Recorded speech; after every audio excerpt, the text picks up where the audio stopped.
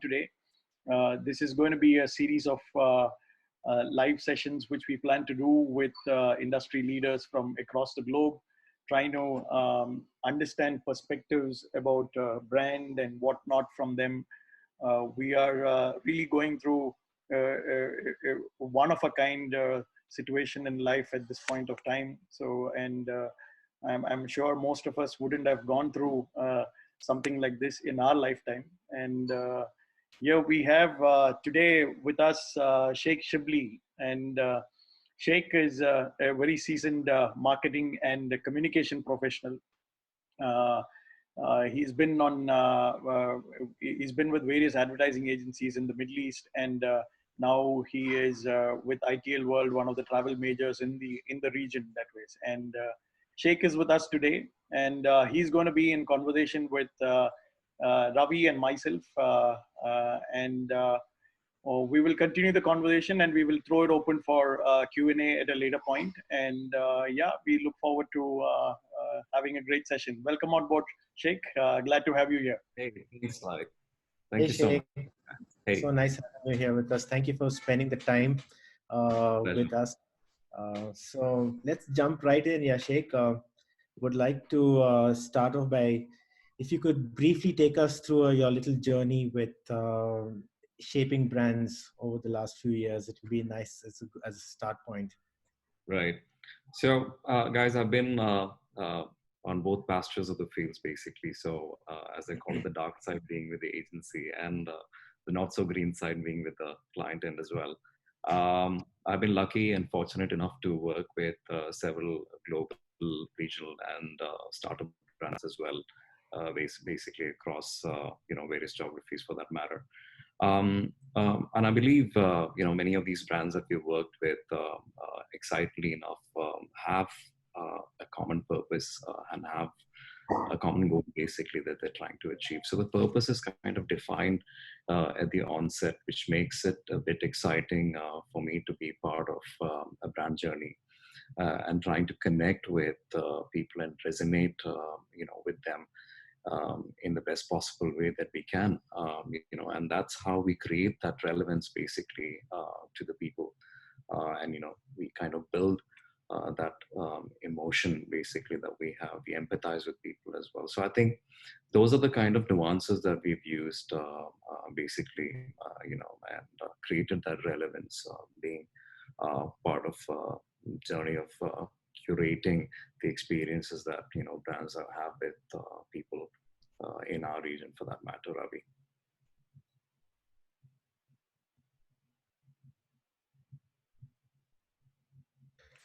Yeah, so thanks. That was an interesting start point. I've met Sheikh a couple of times in Dubai, and I know he's a bag full of insights, and it's fun chatting with him. So, Sheikh, what's it been like? I mean, you say you've been with the whole agency ecosystem, been with that side, and now you're working with a singular organization, a travel company.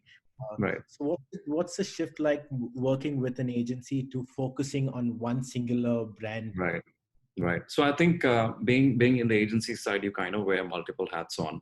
So, one day, you are an automotive expert. The next day, you're banking. The next day, you're helping a supermarket or another milk dairy brand for that matter, basically, right?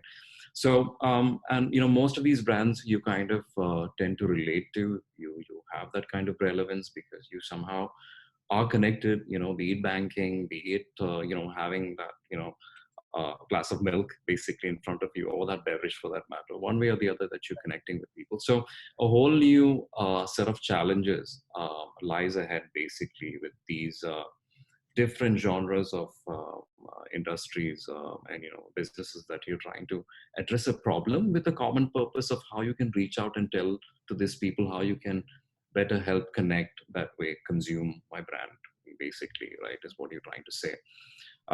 Yes, so everybody has different sets of challenges basically. So we were trying to juggle basically from one spectrum to the other, and we have the same set of challenges as well basically when you're working with a single brand.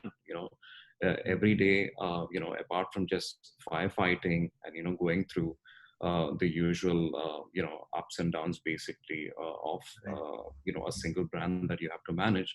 There are a lot of other challenges and factors that have to be counted in. So I would say that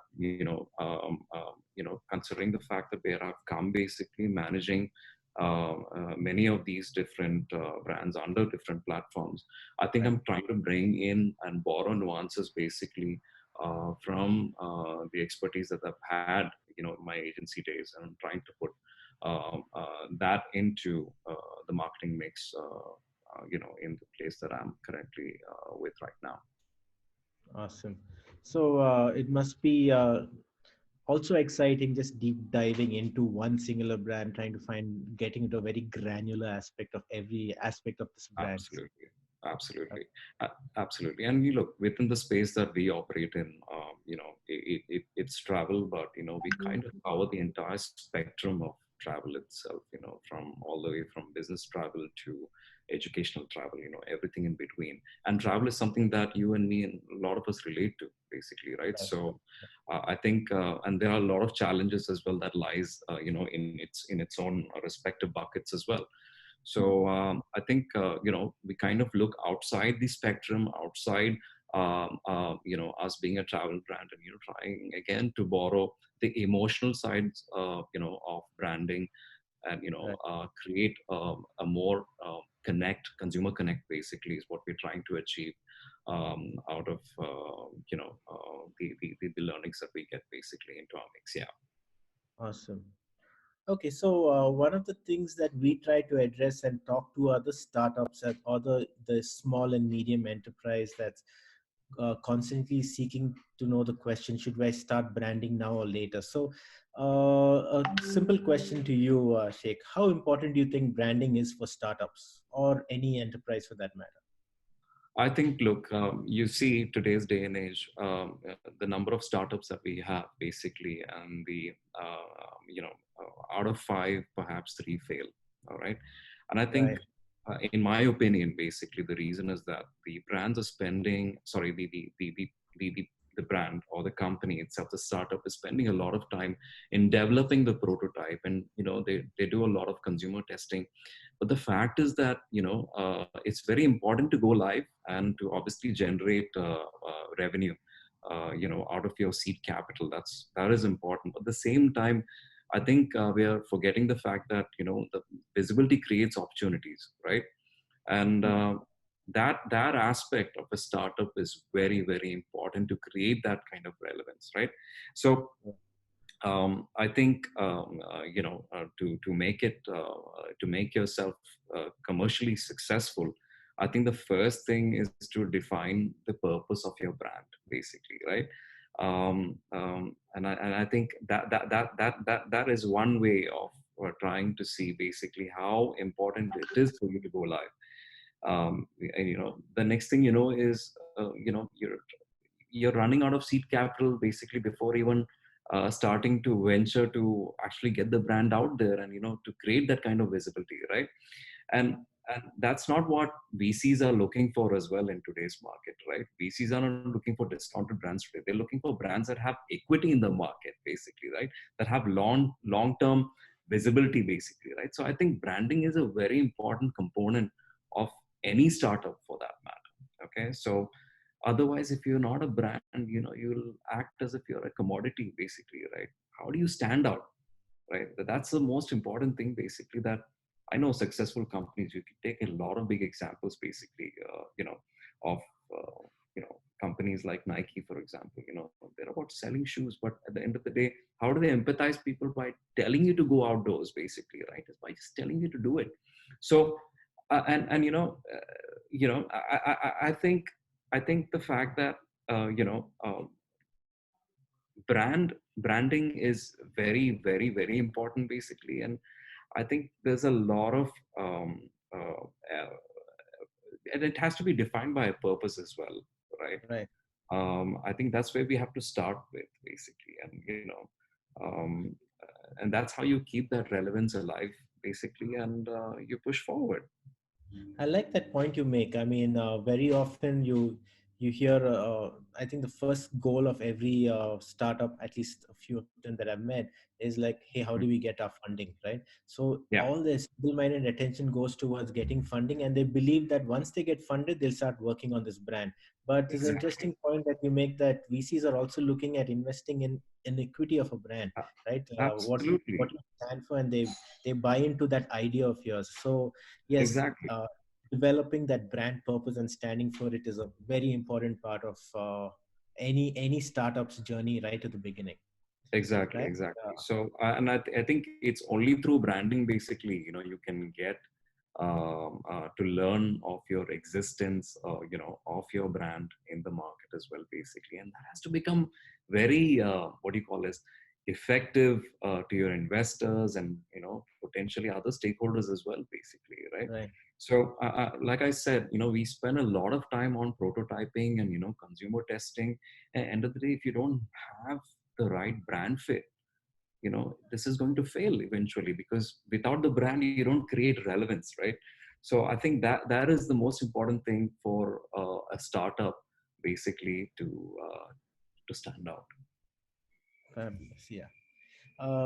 So uh, you also made an interesting point, and if you don't have a brand, after some time you just end up being a commodity. So, for example, I sell rice, or I sell chocolates, or I sell I don't know, groceries, noodles. At what point do I turn my business idea, which is obviously you're in the business of making profit, but when do I? At what point do I turn it into a brand? What's my first step towards that?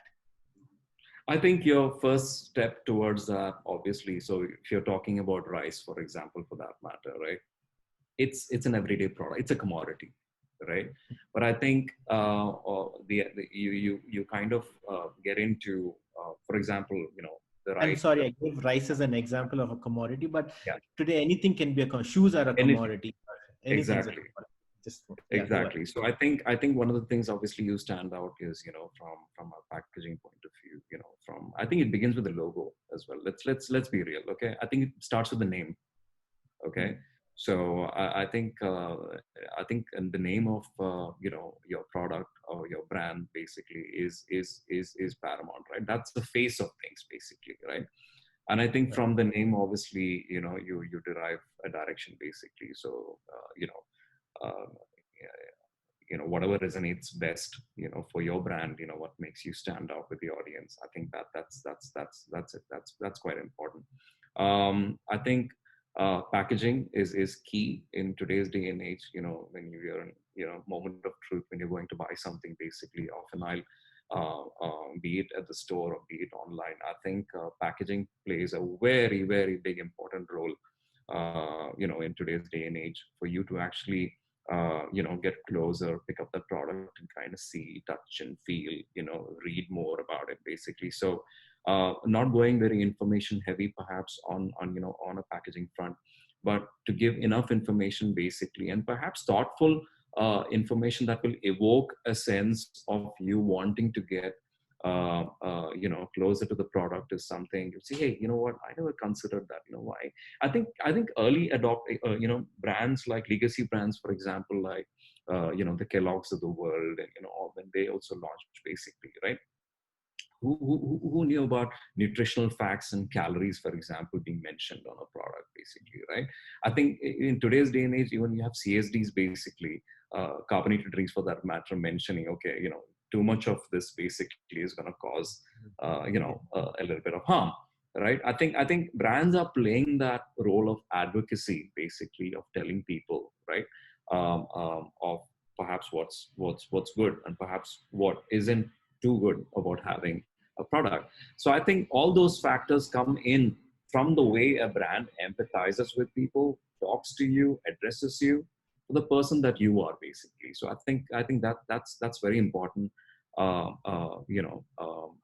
to become a lot more effective, basically, on the overall business strategy.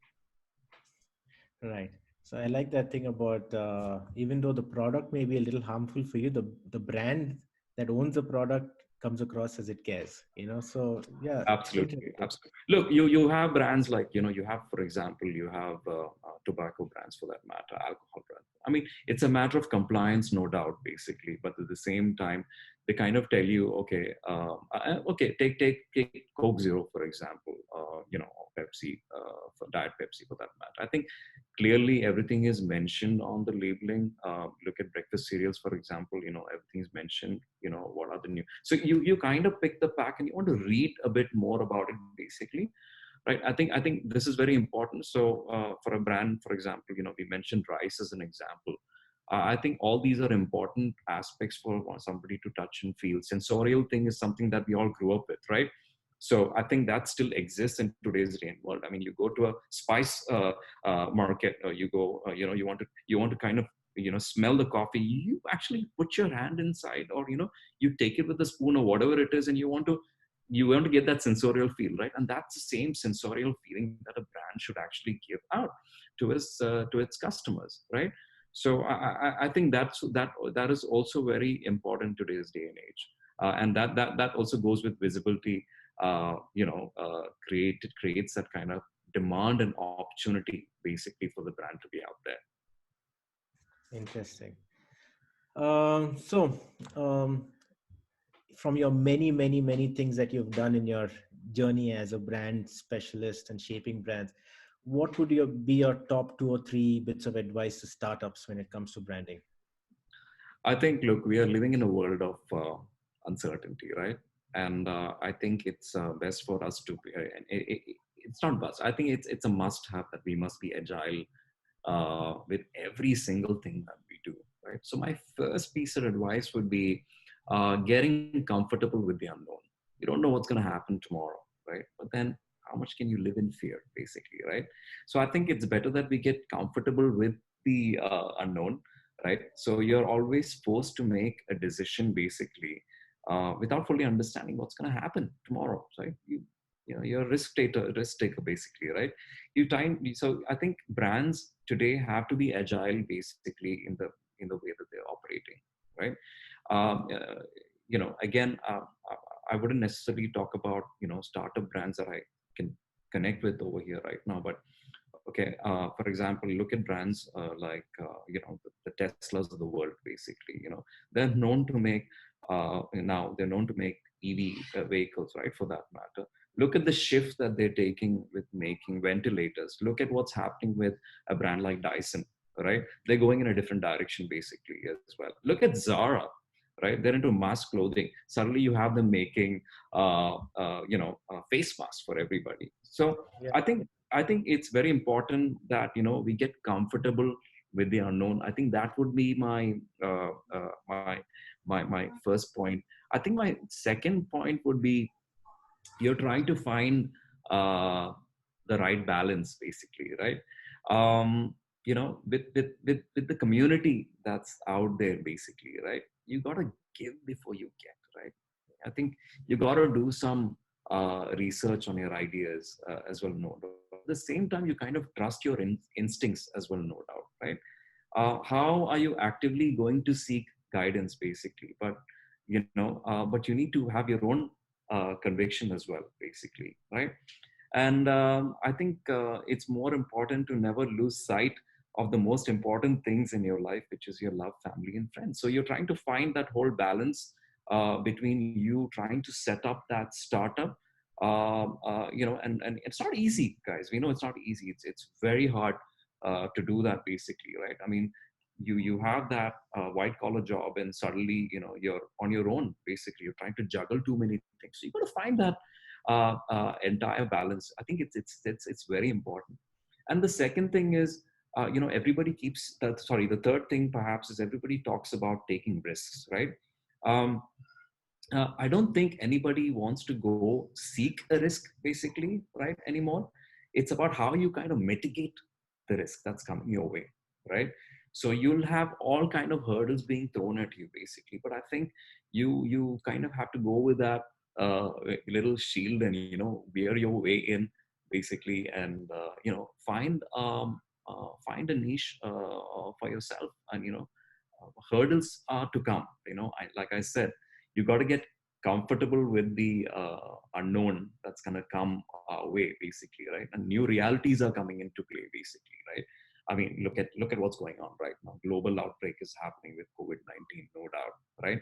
But I think this pandemic has created a lot of new opportunities for many people. I'm not trying to say people are taking opportunity of a situation, but the fact that there was a meme out there which went, who was responsible for your digital transformation of your company? It was not your CEO, it was not your CTO, but the mere fact it was COVID-19 who actually made shifts from classrooms to your house, shifts from working in the office to working from home. So I think all of that basically is a risk, and it's a beautiful risk, right? So I think trying to get into the deep end, basically, yes, you have to be foresighted, no doubt. You kind of do some calculation, basically, but at the same time, you're not somebody who's seeking risk, but you got to mitigate risk. So these are my three key points, I would say, which are essential for startups. That's a very interesting theme going ahead. I mean, there's so much you hear of startups pivoting, but I think this is not about pivoting. It's about opportunities at different levels, and I think the one basic thread in all of this is empathy. It's coming, Absolutely. whether it's Zara at its being a global company, being able to have the capacity to turn into a mask making facility, or your Yeah, local Kirana stores who are saying, you know what, more important than me making money off all this thing is how do I get my absolutely. customers their Ab- next pack of milk? I think Absolutely. empathy in many Absolutely. ways is driving Yeah, yeah. brand. I mean, look.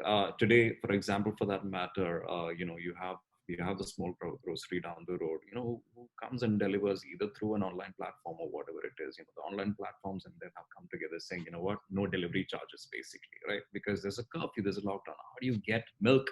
And the essential provisions into your house. So I think that's where startups can play a very important role as well, of empathizing, not just with the opportunity, not just with the current situation that one is in, but perhaps I think it goes a long way, right? You do good for somebody, you kind of keep remembering, and you're building that empathy with a person, with a brand. And I think that holds a big merit for startups, basically. So I think that's one key area that I feel startups will, and the big brands as well, for that matter, will have to hone into. Awesome. So, Like, any question? yes, a lot more interesting chat, Sheikh. I wanted to check on two things. You are sitting in Dubai and Middle East being a travel hub and which is dependent on tourism and stuff like that. I'm sure it is Yeah, going through a crazy time overall because the country's economy is largely dependent on travel and tourism that way. So it's that's correct. a big meeting. So what is happening out there in that particular market, which people here in India could correlate? So it could be the smallest businesses, which is your so-called bakalas and the grocery shops, to home delivery businesses, to the big ones. What's Yeah. happening out there? Can you give us Yeah. some perspective in terms of what's happening in those markets? Yeah, so obviously the Middle East and Dubai, or UAE for that matter, is not immune to what's going on around the world, right? For us, it's obviously thrown the entire industry into chaos, because obviously we're being the first and the biggest to be hit, with cross borders closed, right? Um, I think moving away to on the ground reality obviously is to you know um, brands are trying to connect with people, basically, on various levels. I think I've seen many of the brands actually exercising empathy with what's going on. Okay. And I think it's the same perhaps for your markets as well, for that matter. Supermarket deliveries, are open. We have curfew lockdowns for, almost 12 hours or so, basically, I would say. So I think in that sense, given, there's a shift, trying to get back. I mean, this is a new normal, right? That's happening. So I think adaptability, to this new reality is difficult. But I think, because it's a global outbreak, basically, I think within people are trying to adapt to these things as to what's going on. What kind of shift should happen, basically. How do we make that? How do we make ourselves stand out, basically? But I think it's a bit too early for us to gauge, how far the damage would be. I think it will take some time as well. But that said, work hasn't stopped. I think we are still seeing a lot of momentum, basically, from brands. They're trying to be a lot more responsible, basically, in this part of the world, in the way that they approach the tone, the message that comes across, because it's very sensitive in nature, right? I mean, you don't want to fend off people as well, basically, by saying the wrong thing. So I think initially, right now, because people are trying to be a little considerate with the situation. I think you've seen that. I mean, look, COVID-19 and April Fool's Day, for example, right? A lot of brands actually take the opportunity to be part of that whole thing, and we haven't seen that this year, right? So I think people are trying to be very, very sensitive in their approach, and they're moving away from how they were operating, how they were communicating, uh, to sympathize with the current situation and how they can help. I think that's very important, and that's something that is being leveraged by a lot of brands over here as well, basically. Awesome. There were 2, 3 questions from the audience which has come to me. But before that, like you have sat on the agency side, you have sat on the client side. So you've seen both sides, and you're in Dubai at this point of time. We would like to know what's happening in the agency world there at this point of time. Do you see anything change in terms of how they conduct themselves? What's future like for agencies? Here, for example, in India, all of us are obviously on remote working. So a new world order is set for us. I hear that you are still allowed to go to work there, and it's not locked down completely as in India at this point of time, right?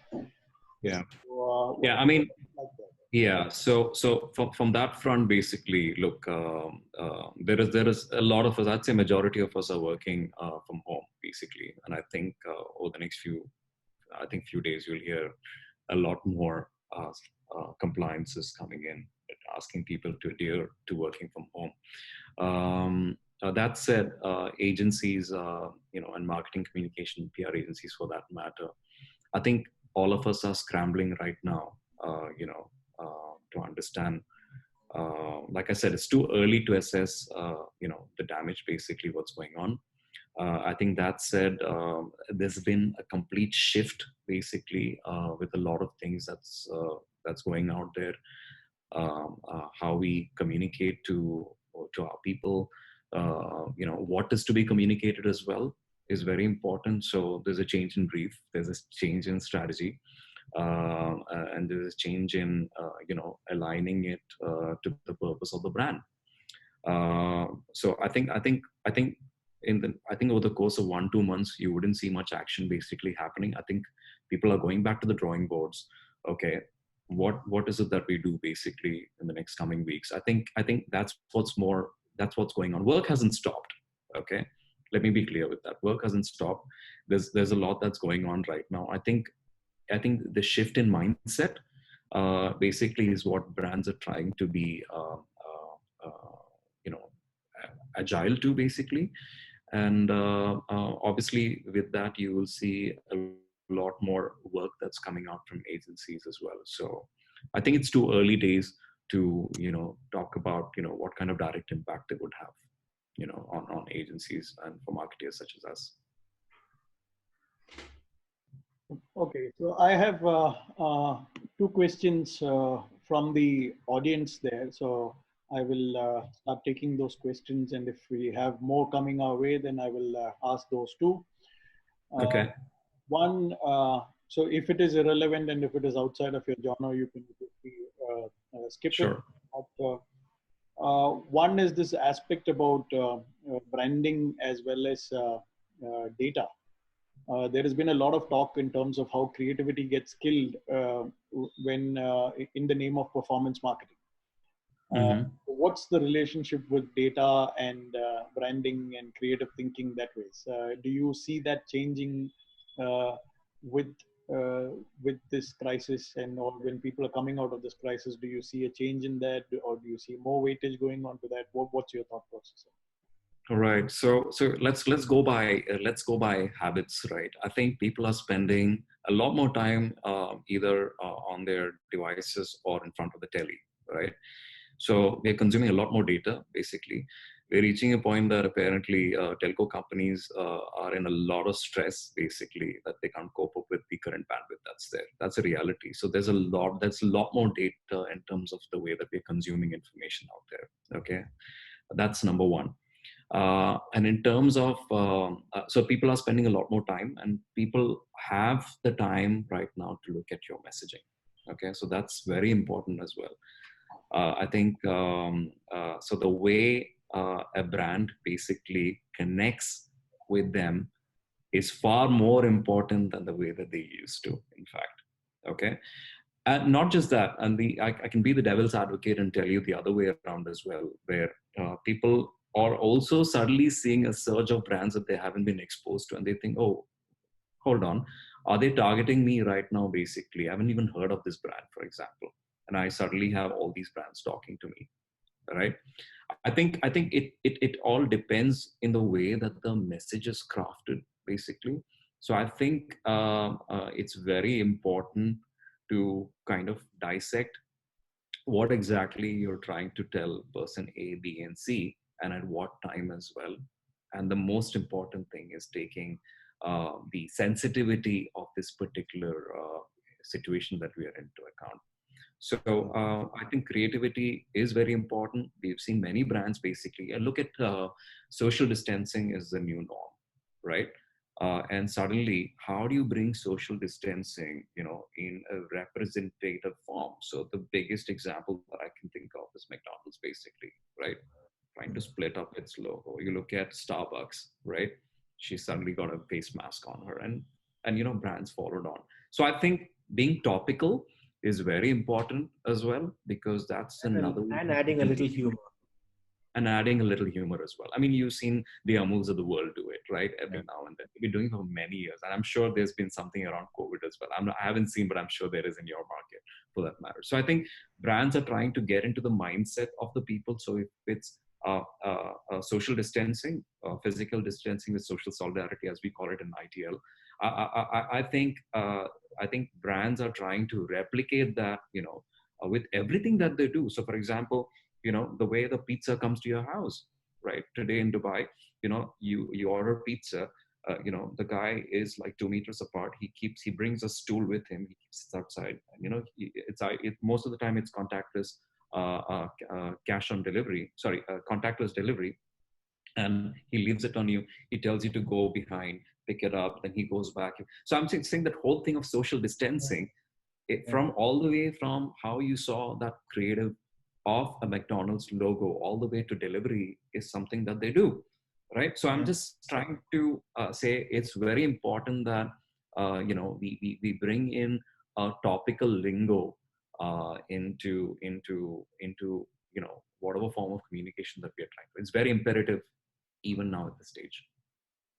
Wonderful. And I was listening to somebody the other day, and they were also saying that how brands are taking on COVID a little more seriously in their communication, and they should just leave it aside and just let it be. Exactly. Don't do too much of COVID. That was the feedback which was coming out from marketers at large. So Yeah. uh, Yeah. there is a big difference between, or there's a thin difference between overdoing it and doing it in the right manner. Absolutely. Absolutely. Yeah.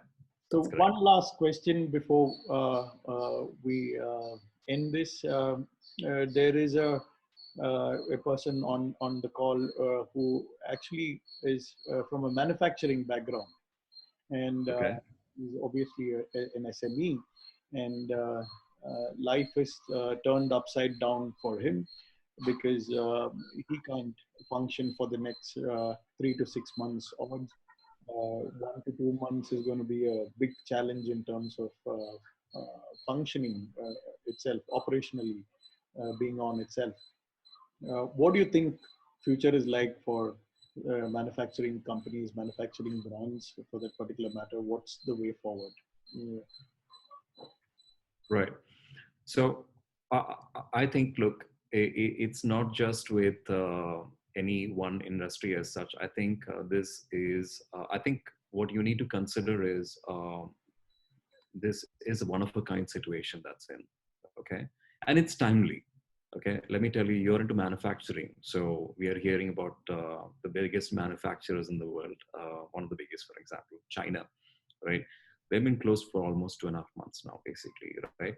But we are hearing of them slowly opening up. Okay, so that's giving the world some confidence, basically. Hey, your biggest